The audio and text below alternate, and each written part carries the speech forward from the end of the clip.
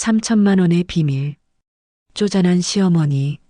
며느리 김민지가 시어머니를 부르는 말이었습니다. 라면으로 끼니를 때우고 손주에게 10,000원씩만 용돈 주고 헌 옷만 입는 시어머니. 민지 씨는 어머니를 만나고 오면 남편에게 늘 불평했습니다. 어머니 정말 너무한 거 아니에요? 그런데 어느 날 시어머니의 통장을 보게 됩니다. 잔액 3천만 원. 민지 씨는 충격을 받았습니다. 하지만 진짜 충격은 그 다음이었습니다. 그 돈에 숨겨진 진실을 알게 된 순간 민지 씨는 무릎을 꿇고 말았습니다. 대체 무슨 일이 있었던 걸까요?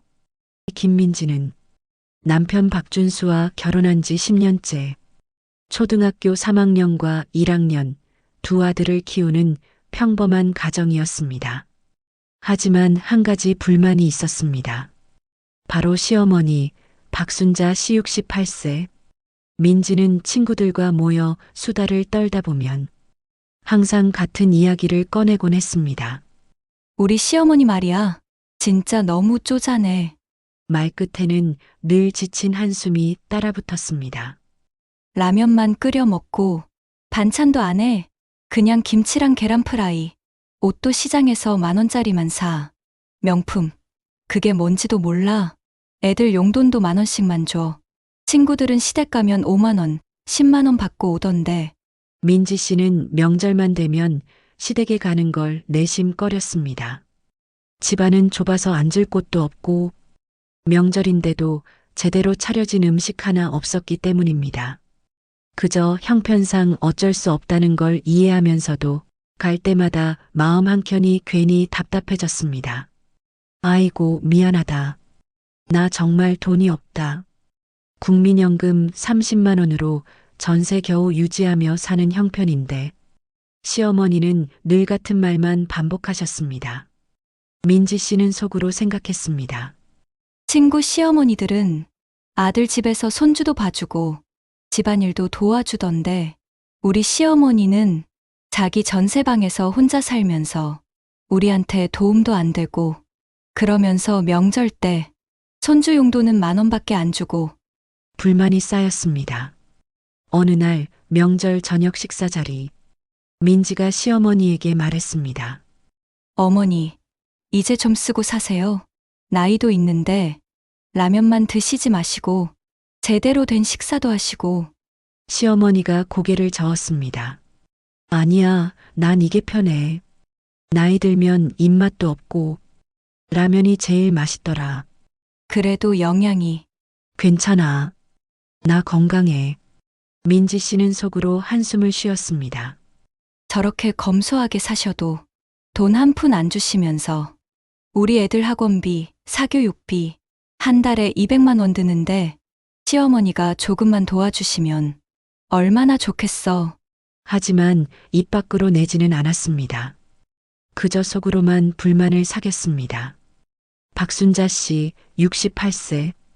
그녀의 인생은 순탄하지 않았습니다.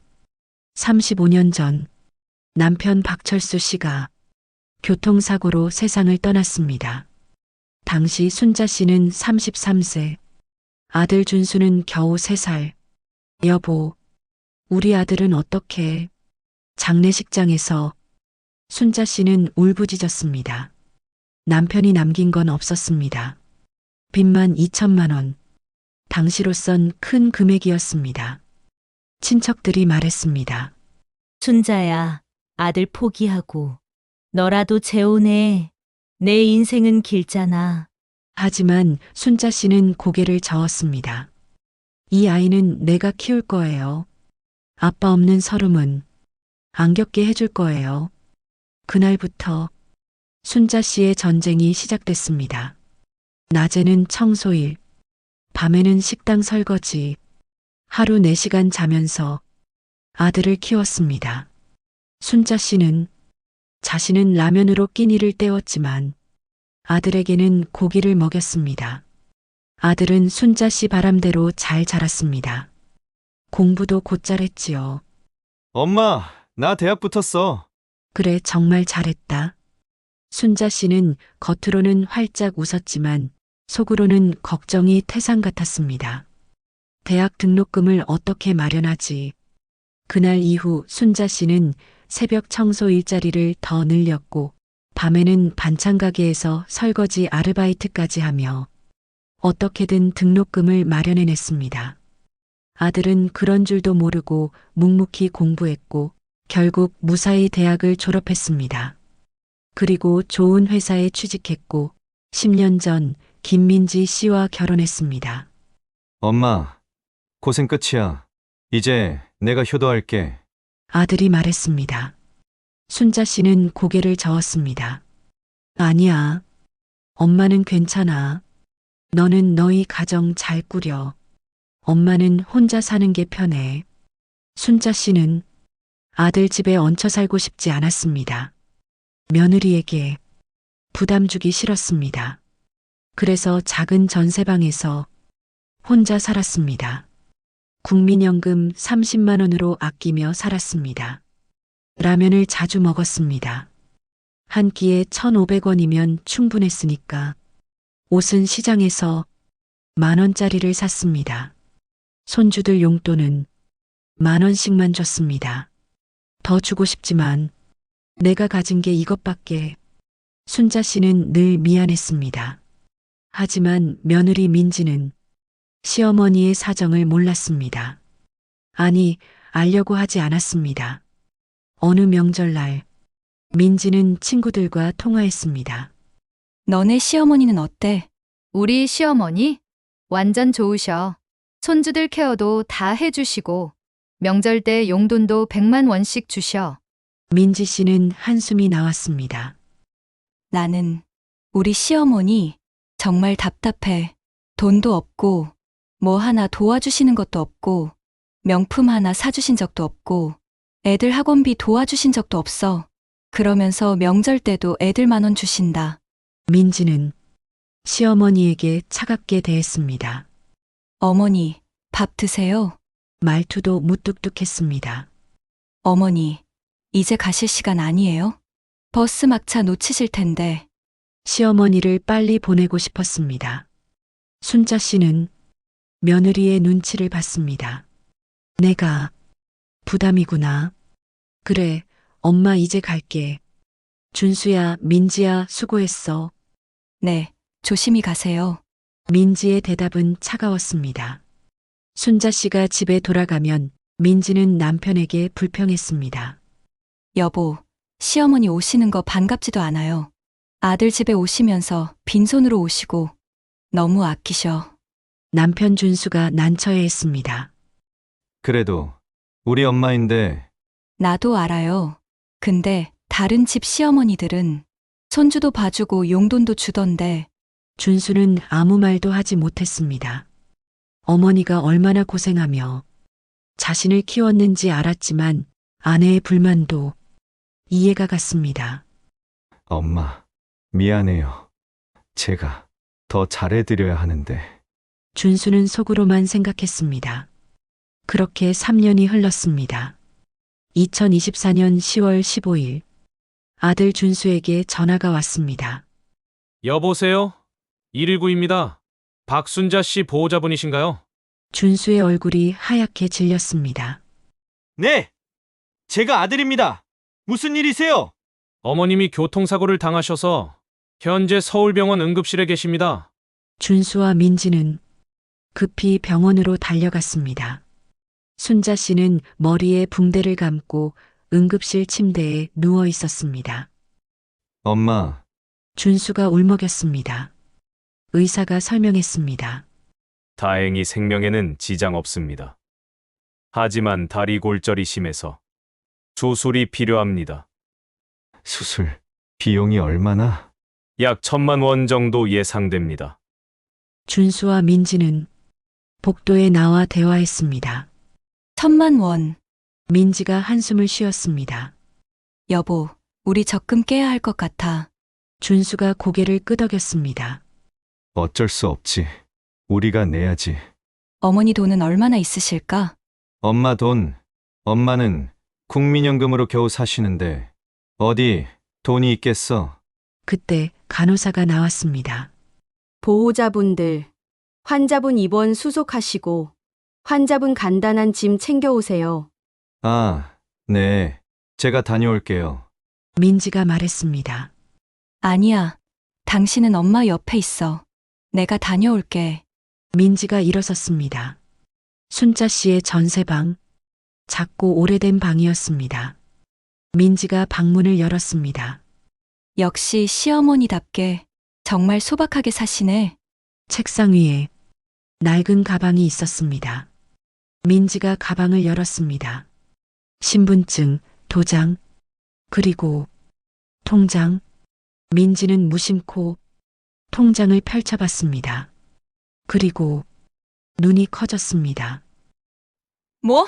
잔액 3,012만 7,450원. 3천만 원. 민지는 통장을 다시 봤습니다. 틀림없었습니다. 3천만 원.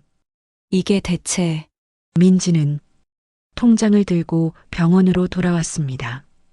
복도에서 남편을 불렀습니다.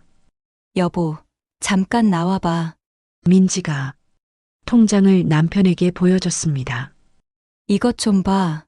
준수의 눈이 커졌습니다. 3천만 원. 응. 어머니, 통장인가 봐. 가방에 있었어. 둘은 잠시 말이 없었습니다. 준수가 먼저 입을 열었습니다. 엄마가 돈이 이렇게 많았어? 나도 놀랐어. 국민연금으로 간신히 사신다며? 나도 그렇게 알았는데.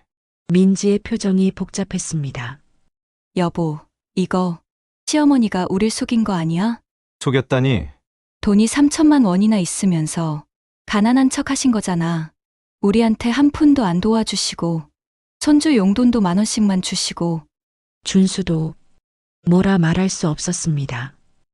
그건 엄마한테 직접 물어봐야. 지금 물어봐요. 나 진짜 황당해서. 민지는 화가 나 있었습니다.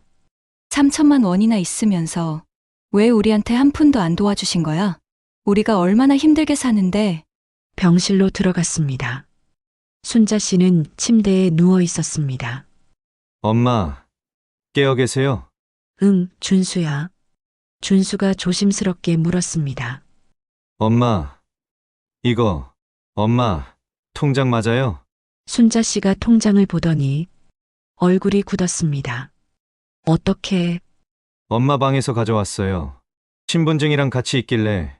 민지가 참지 못하고 물었습니다. 어머니, 이거 진짜예요? 3천만 원이요? 순자가 고개를 끄덕였습니다. 응, 그럼 왜 우리한테 돈 없다고 하신 거예요? 민지의 목소리가 높아졌습니다. 우리가 얼마나 힘들게 사는데 애들 학원비에 사교육비에 어머니가 조금만 도와주셨어도 우리 얼마나 좋았겠어요? 순자는 아무 말이 없었습니다. 준수는 아내를 말렸습니다. 여보, 진정해. 진정하라고요? 어머니가 우릴 속인 거잖아요. 민지가 다시 물었습니다. 어머니, 수술비 1,000만 원 필요한데 이 통장에서 쓰시면 되는 거 아니에요? 그런데 순자가 고개를 저었습니다. 안 돼.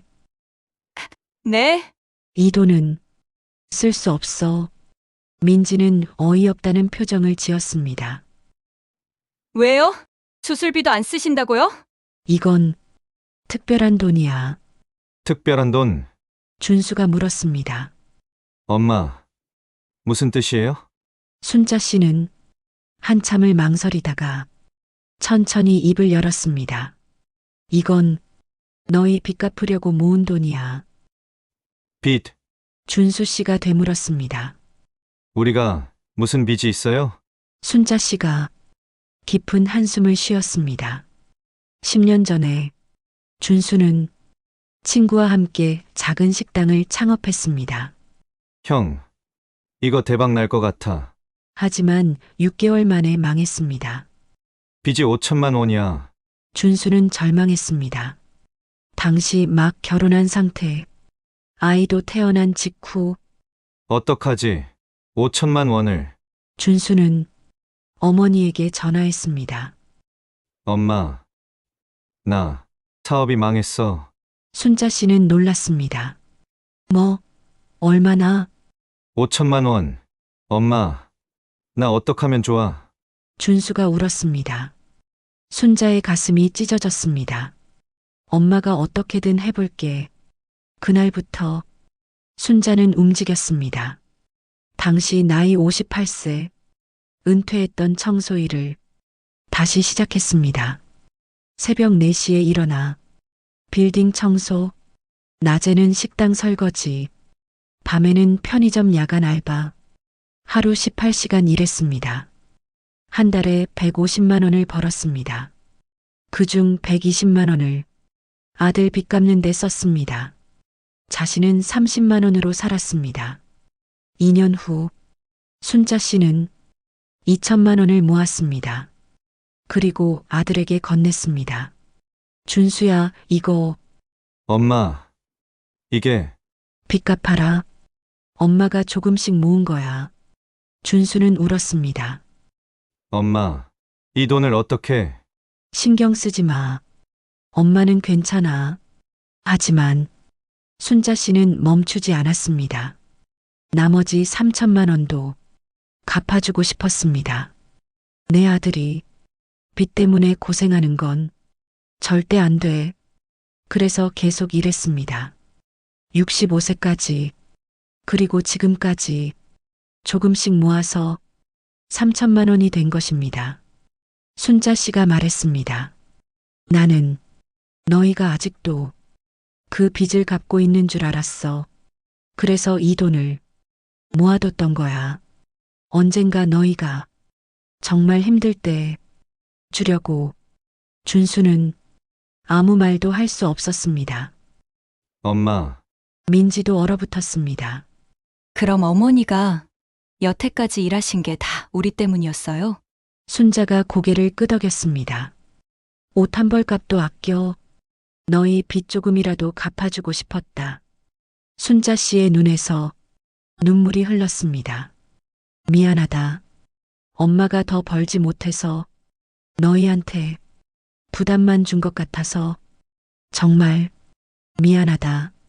민지는 그 자리에 주저앉았습니다. 어머니, 목소리가 떨렸습니다. 저는 어머니를 쪼잔하다고, 부두새라고 그렇게 욕했는데 민지의 눈에서 눈물이 쏟아졌습니다. 어머니는 우릴 위해서 그렇게 늦게까지 힘들게 일하셨는데 저는 한 번도 어머니 고마운 줄 몰랐어요. 준수도 무릎을 꿇었습니다. 엄마, 나는 정말 나쁜 자식이야. 엄마가 그렇게 고생하시는 줄도 모르고 편하게만 살았어. 엄마, 미안해. 정말 미안해. 순자 씨가 손을 내밀었습니다. 아니야. 엄마는 괜찮아. 너희가 행복하면 그걸로 충분해. 민지가 시어머니의 손을 잡았습니다. 어머니, 제가 정말 나쁜 며느리였어요. 지금까지 어머니한테 한 말들 다 취소할게요. 어머니 정말 죄송해요. 용서해주세요. 병실에는 세 사람의 울음소리만 가득했습니다. 순자 씨의 수술은 성공적으로 끝났습니다. 병원비는 준수와 민지가 냈습니다. 엄마, 이 3천만 원은 엄마를 위해서 쓰세요. 우리 빚은 우리가 갚을게요. 엄마는 이제 편히 쉬세요. 퇴원 후 민지는 시어머니를 자기 집으로 모셨습니다.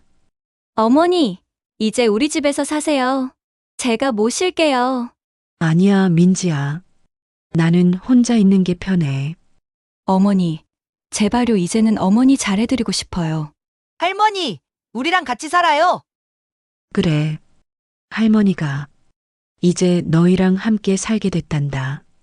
아이들도 좋아했습니다. 민지는 변했습니다. 이제는 시어머니에게 따뜻하게 대했습니다. 어머니, 이거 드세요. 제가 어머니 좋아하시는 음식 만들었어요. 고마워, 민지야. 어머니, 고마운 건 저죠. 그동안 정말 죄송했어요.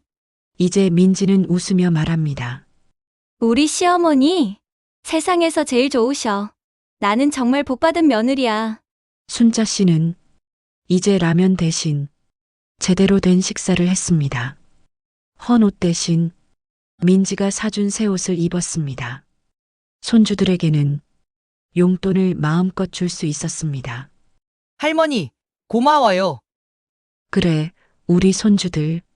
할머니가 이제 많이 사줄게. 준수는 매일 어머니께 말했습니다. 엄마, 사랑해요. 그리고 정말 고마워요. 순자 씨는 웃으며 대답했습니다. 엄마도 사랑한다, 아들아.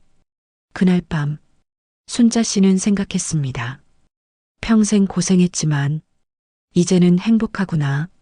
순자 씨는 만족스럽게 잠이 들었습니다. 부모의 희생은 늘 자식이 보지 못하는 곳에서 일어납니다. 겉으로는 평범해 보이는 부모라도 당신을 위해서 얼마나 많은 것을 포기하며 살아왔는지 우리는 다 알지 못합니다. 오늘 사연 끝까지 함께 해주셔서 진심으로 감사합니다.